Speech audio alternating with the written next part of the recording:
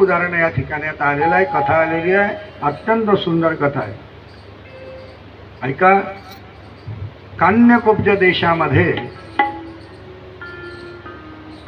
अजामेळ नावाचा एक ब्राह्मण राहत होता.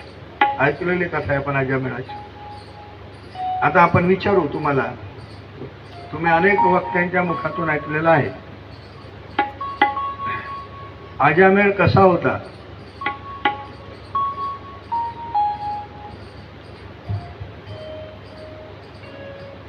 बोलजान पटकन, जसं काही तर सांगा, चांगला होता का वाईट होता? असं मग आता काय हे मी विचारलं पाहिजे का चांगला होता का? म्हणजे इतकं काय?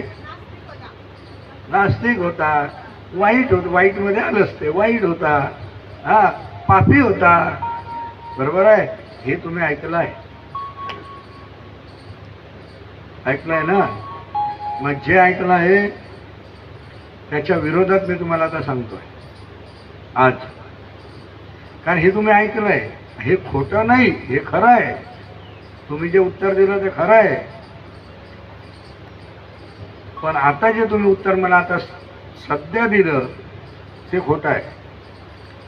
तुम्हाला काही कळलं नाही, काही बोलतात तुम्ही. आज जे दिलं ते खोटं आहे, आता जे दिलं ते खोटं आहे, जे आहे ते खरं आहे.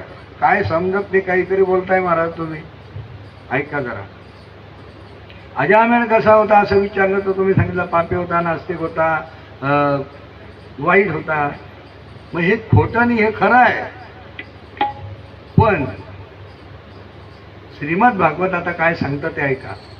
मग तुम्ही मला श्रीमद भागवत सांगतात, मग आम्ही जे लोकांच्या मुखातून ऐकलं त्यांनी भागवतातलं सांगितलं नाही का? त्यांनी भागवतातलं सांगितलं. पण भागवतात प्रत्यक्ष पहा तुम्ही काय लिहिलेलं आहे. भागवतामध्ये तो कसा होता त्याच्या संदर्भातले श्लोक आहे, अत्यंत गोड श्लोक आहे. अयम हि श्रुत संपन्न शीलवृत्त गुणालयः भूतव्रतो मृदुदांत सत्यवान मंत्र विच्छुषी गुरुवन्यतिरोद्धानां शुश्रूषिरः ऋतः सर्वभूत साधू लुभित वागनम सुयक. आता संस्कृताच्या चिंतनामध्ये हे जे आपण ऐकलं त्याचं गोड चिंतन ऐका कसं गोड आहे. हा अजामेळ कसा होता तर त्याचं इतकं सुंदर उत्तर या श्लोकामध्ये दिलं आहे. अजामेळ हा शास्त्रज्ञ होता. शास्त्रज्ञ म्हणजे शास्त्र जाणणारा, वैज्ञानिक म्हणून नाही, शास्त्र जाणणारा. तो शील, सदाचार, सद्गुणांचा आगर होता. तो ब्रह्मचारी होता, विनयशील होता, जितेंद्रिय होता, सत्यनिष्ठ होता, मंत्रवेत्ता होता आणि पवित्र होता. अजामेळ गुरु, अग्नी, अतिथी आणि वृद्ध पुरुषांची सेवा करणारा होता. हा अहंकार रहित होता. सर्व प्राण्यांचं हित इच्छिणारा साधू होता. कमी बोलणारा होता आणि कोणाचाही मत्सर करणारा नव्हता. विषय संपला. आता मला सांगा, असा जो होता त्याला तुम्ही काय म्हटलं? बरं, मी माझ्या जवळचा काही सांगितलं नाही आहे. मी श्रीमद भागवतातला श्लोक सांगितला तुम्हाला. मग तुम्ही सांगितलं तर खोटं आहे का? तुम्ही सांगितलं ते खोटं नाही आहे. मग मी सांगितलं हे खोटं आहे का? मग ही खोटं नाही आहे. तर याचं तारतम्य जोडायचं आहे. आपल्याला कथा सांगताना कथाकार त्याचं पुढचं सांगतात की तो असा होता. पण आपल्याला हे सांगायचं आहे की तो असा होता. आता मी सांगितला असा होता, पण आहे ना, असा होता पण कोण होतास तू?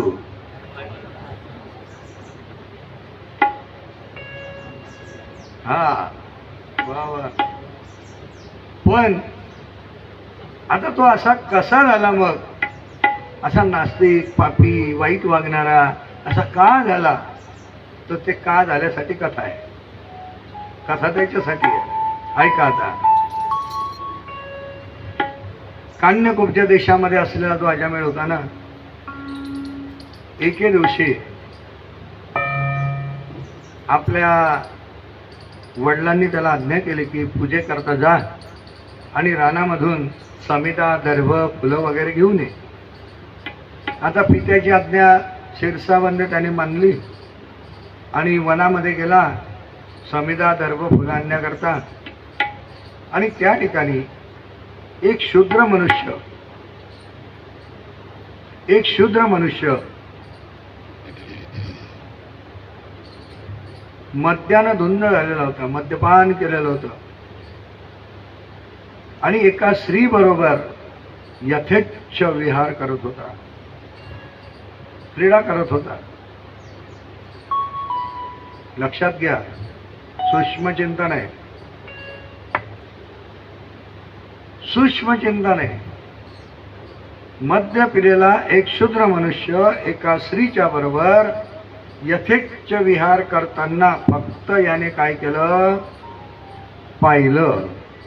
काय केलं त्याने, पाहिलं. पाप कुठून शिरतं, लक्षात ठेवा. त्याने फक्त पाहिलं आणि पाहता बरोबर ते दृश्य पाहिलं आणि त्याच्या मनामध्ये कामभाव जागृत झाला, काम वासना अनावर झाली आणि तो त्या स्त्रीचं चिंतन करू लागला, धर्म मार्ग सोडून वागू लागला. कोण, कसा कसा कशाचं उत्तर सांगितलं मी तुम्हाला. पवित्र, श्रेष्ठ म्हणजे चांगला, पवित्र. वाईट माणूस वाईट झाला याच्यात नवल नाही आहे, पण चांगला माणूस वाईट झाला हे नवल आहे. म्हणून मी तुम्हाला पुन्हा विचारतो, कसा, चांगला, पवित्र. फक्त काय केलं, डोळ्याने पाहिलं, धर्ममार्ग सोडला, त्या स्त्रीच्या नादी लागला. इतका नादी लागला की आपल्या पवित्र आणि सुशील असलेल्या आणि आपल्या पत्नीचा त्याने त्याग केला, तिचं दास्यत्व स्वीकारलं. तिच्या आनंदाकरता वडिलांचं जेवढं काही धन असेल तेवढं त्याने नष्ट केलं. आता पैसा गेला, व्यसन शिल्लक राहिलं. पैसा जातो पण व्यसन शिल्लक राहतं आणि ते व्यसन पूर्ण करण्याकरता मग चोरी, लबाडी, जुगार याचा जन्म त्याच्यातून होतो. चोऱ्या करू लागला, लबाडी करू लागला, जुगार खेळू लागला आणि अशा पद्धतीने त्या स्त्रीचं उदरभरण करत करत करत त्याचे वयाचे 80 वर्ष गेले. आणि या 80 वर्षाच्या कालखंडामध्ये त्या स्त्रीपासून या अजामेळाला 10 मुलं झाली. त्या 10 मुलांपैकी सर्वात धाकटा होता आणि हा मुलगा, आणि त्याचं नाव त्याने ठेवलं नारायण. आता तो काय कोण, किती नंबरचा होता, 10व्या. आणि तो सर्वात कसा होता, लहान. मग त्याच्यावर याचं काय असलं पाहिजे, प्रेम. कारण आपलं प्रेम कोणावर असतं, हा, लहान्यावर एकच असतो. आता तर प्रश्न नाही, तो कायदा मोडला आता. बरोबर आहे तुमचं म्हणणं, आता एकच राहतो. पूर्वीचा काळ होता 4 असो का 5 असो, पण असं म्हणत होते. तसं काही नसतं, ते म्हणतो आपण, पण तसं काही नसतं. खरा मधला निष्कर्ष जर तुम्ही काढला तर आई बाबाचं प्रेम काही लहानावरनं मोठ्यावर असं काही नसतं. ते कसं सारखंच असतं असं असतं, पण समाजात तसं ते दिसतं की नाही. पण ते कसं असतं ते मी तुम्हाला सांगतो. ज्याची बाजू पडते त्याच्यावर जास्त प्रेम असतं.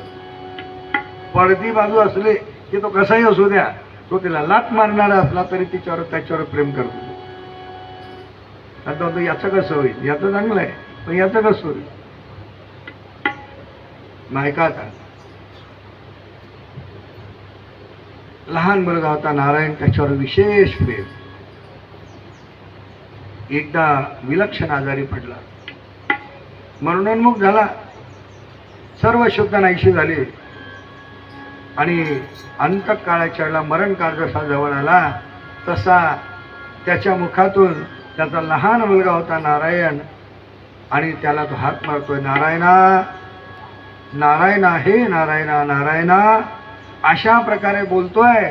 आणि असं बोलत असताना ऐका, मरणोन्मुख पुरुष आणि नारायणाचं भजन. नाही मरणोन्मुख पुरुष आणि नारायणाचं भजन. आता नारायणाचं भजन करता करता त्याला मृत्यू होतोय. ऐका, तेवढ्यामध्ये त्या ठिकाणी आणि विष्णूचे दूत आले. हा मजा कशी आहे. अंतकाळाच्या वेळेला तुमच्या मुखात रामाचं नाव आलं, नारायणाचं नाव आलं की तुम्हाला घेण्याकरता विष्णूला समजा. म्हणले महाराज चांगलं सांगितलं, आम्ही मरता मरता एकदा नारायण नाम म्हणून घेऊ. सोपं नाही आहे बरं. मरता मरता राम म्हणू इतकं भाग्य कुठे आपलं. मरताना राम येण्याकरता आजपासून रामनामाची सवय लागली पाहिजे. म्हणून विष्णू त्या ठिकाणी हजर आहे. कारण ज्याच्या ध्यानी आणि मनी रामकृष्ण आहे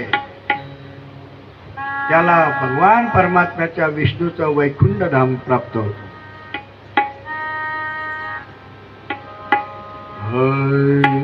ज्ञानदेवा ध्यानी रामकृष्ण मानी, ज्ञानदेवा ध्यानी रामकृष्ण मानी, ज्ञानदेवा ध्यानी रामकृष्ण मानी,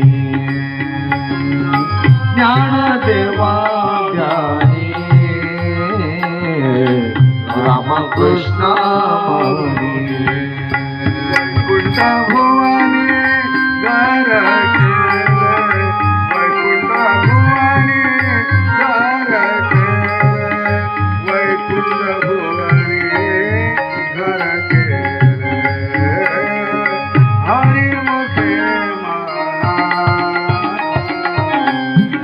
घर केले, वैकुंठ भुवनी घर केले, हरिमुखे माना, हरिमुखे भुवनी घर केले, वैकुंठ भुवनी घर केले, हरिमुखे म्हणा, हरिमुखे म्हणा, हरिमुखे म्हणा, हरिमुखे म्हणा.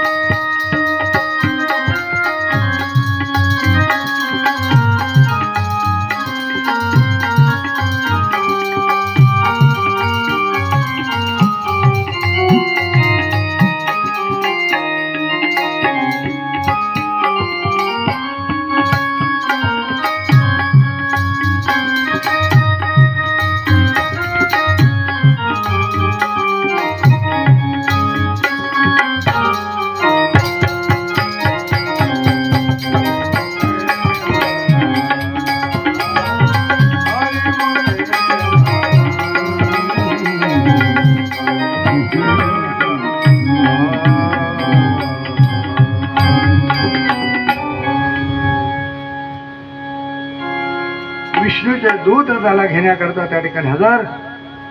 आणि विष्णू दूत त्या ठिकाणी येतात त्यांनी पाहिलं, अरे बापरे, आपल्यापेक्षा कोणत्या ट्रेननं पुढे आले. कोण आले होते? यमदूत. यांच्या अगोदर ते उभे होते तिथे. आता हे लक्षात आलं तुमच्या. आता यमदूत तिथे दिसता बरोबर विष्णुदूत म्हणायला लागले, काय कळतं का तुम्हाला? हा, ज्या माणसाच्या जीवनामध्ये पापाचा लवलेश नाही आणि त्याला घेण्याकरता तुम्ही आले, कळतंय का तुम्हाला? ते म्हणायला लागले, हो महाराज, आम्हाला काय बोलताय? याची कुंडली पहा, याचा रेकॉर्ड तपासा जरा. याच्या रेकॉर्डमध्ये सर्व पापच पाप आहे. हा, आणि काय आम्हाला म्हणतात? त्याने सांगितलं तुम्हाला तो कायदा माहिती नाही, तुमचे नियम माहिती नाही. तुम्ही फक्त काय करणारे आहे की लोकांना आणणारे आहे, फक्त मेला की आणला. नियमावली लक्षात घ्या जा तुमच्या, आणि यमधर्माला विचारून घ्या. सांगा त्यांना काय नियम आहे इथे. फक्त नियम सांगतो तुम्हाला. इथे नियम असा आहे की तुमच्या जीवनामध्ये कितीही पाप असू द्या, किती किती किती कितीही अनंत पाप राशी, पापाच्या राशीच्या राशी असल्या तरी देखील जातील लयासी क्षण मात्रे. एका क्षणात अनंत जन्माची पाप नाहीस होण्याचं साधन जर कोणतं असेल तर चांगलं आहे का? तृणाग्निमेळे समरस झाले तैसे नामे केले जपता हरी. काय दृष्टांत दिला ज्ञानोबाईंनी. तृणाग्नी मेळे म्हटलं. मी असं विचारतो तुम्हाला, 10,000 गवताच्या पेंड्या आहेत. त्या 10,000 गवताच्या पेंड्या आणि पेटवण्याकरता किती आगपेट्या लागते?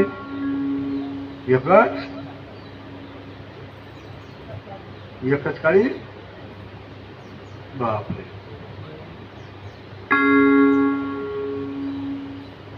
हजार आहे ना. एकच काळी. कारण तुम्हाला सांगतो इथलं गणित पेटवण्याकरता कमी लागतं, विझवण्याकरता जास्त लागतं. म्हणून माणसं असं चालता चालता पेटवून देतात. नुसतं असं थोडंसं बोलून द्या तुम्ही काही की पेटलं, आणि मग तिकडनं येताना गंमत पाहतात कसं पेटवलं, आणि तिकडे मजा पाहतात. ते विझवण्याकरता खूप लागतं. म्हणून ऐका, तृण अग्नी मेळे समरस झाले. अजून किती गवताची गंजी, त्याला त्यावेळेला गवत म्हणतात लोक, पण अग्नीचा स्पर्श झाला की त्याला गवत कोणी म्हणत नाही. सर्व लोक आग आग आग, म्हणजे गवत नाव निदान गेलं आणि त्याला स्वरूप कोणतं आलं? ते अग्नी झालं. त्याप्रमाणे तुमच्या जीवनामध्ये कितीही पाप असलं तरी भगवंताच्या नामानं त्या पापाचा नाश होतो. आणि म्हणून ते यमधर्माकडे गेले, विचारणा केली. यमधर्माने सांगितलं चुकीच्या ठिकाणी आपण गेलात, आता याच्या पुढे जाऊ नका. ज्या ठिकाणी भगवंताच्या नामाचा घोष आहे त्या ठिकाणी तुम्ही जाऊ नका. नका जाऊ तया गावा आणि नामधारकाच्या शिवा. अशी गुढ चिंतनाचा भाग आहे. अगदी सांगतो थोडक्यात. नामस्मरणाच्या पुण्याईनं अधर्म करणारा अजामेळ याच्या नरक यातना चुकल्या आणि त्याला वैकुंठाची प्राप्ती झाली. मग खरं सांगा, मनामध्ये अजामेळानं खरंच देवाचं नामस्मरण केलं होतं का? ऐके नाही, खरंच केलं होतं का? नाही. पण पूर्वीचे लोक खूप हुशार होते. कारण पूर्वीचे लोक आपल्या मुलांची मुलींची नावं हे देवाचे आणि संतांचे ठेवत होते. मुद्दाम ठेवत होते ते, की आपल्या तोंडात पोराचं नाव येतं ना. आता आपण जितके जितके शिकलो तेवढं आपलं वेगळं वेगळं सुरू आहे. ते काही मी बोलणार नाही. पण तुम्ही पूर्वीचे नाव आहे का? तुकाराम, ज्ञानेश्वर, एकनाथ, वासुदेव, ऐका असं आत्माराम, मोठे मोठे नावं होते. म्हणजे संतांची नावं होती, देवांची नावं होती. कारण त्या निमित्तानं का होईना भगवंताची नावं यायची. ऐका, म्हणून एकच चिंतन सोडकर महत्वाचं, की ज्याने पुत्राच्या निमित्तानं भगवंताचं नामस्मरण केलं तर तो वैकुंठाला जातो. जर आपण खरंच देवाचं नामस्मरण केलं तर आपण वैकुंठाला जाणार नाही का? पुत्राचे निसे नष्ट म्हणे नारायण, म्हणून सत्य मानारे सकळ, सत्य मानारे सकळ उद्धरिला अजामेळ, महापातकी चांडाळ नामासाठी हा पुरिया. म्हणून ज्या नामस्मरणानं अजामेळाचा उद्धार झाला ते गोड नामस्मरण थोडा वेळ करू आपण. श्रीमन्नारायण नारायण, श्रीमन्नारायण नारायण नारायण, श्रीमन्नारायण नारायण नारायण, नारायण नारायण नारायण,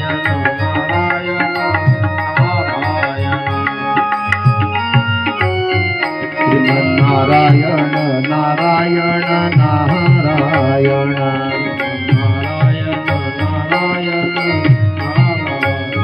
भज मन नारायण नारायण नारायण,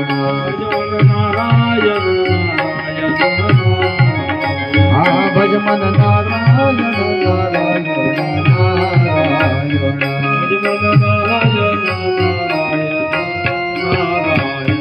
श्रीमन्नारायण नारायण नारायण,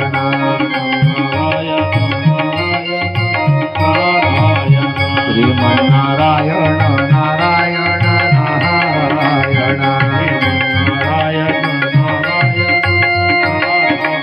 लक्ष्मी नारायण नारायण नारायण,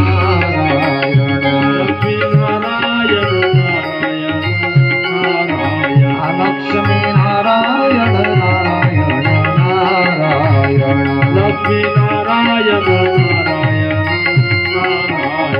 श्रीमन्नारायण नारायण नारायण, श्रीमन्नारायण श्रीमन्नारायण नारायण नारायण, नारायण नारायण, श्रीमन्नारायण नारायण नारायण, श्रीमन्नारायण नारायण नारायण, नारायण नारायण, श्रीमन्नारायण नारायण